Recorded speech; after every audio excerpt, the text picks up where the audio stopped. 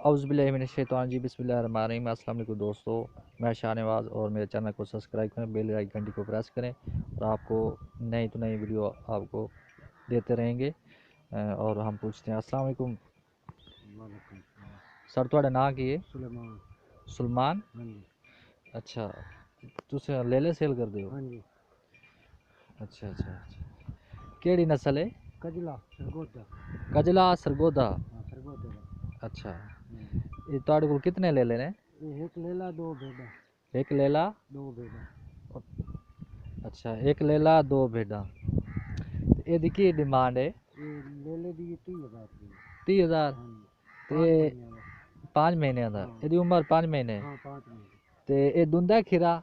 खीरा। खीरा हाँ जी।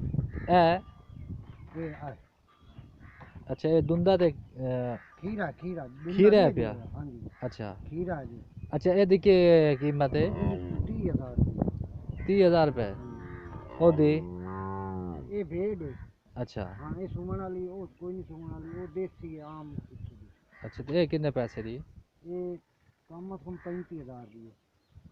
35,000 सरगोदे दी है। सरगोदे दी? हाँ जी। सही सही सही। ओ 30,000 रुपये, ये 35,000। हाँ जी। ठीक हो गया।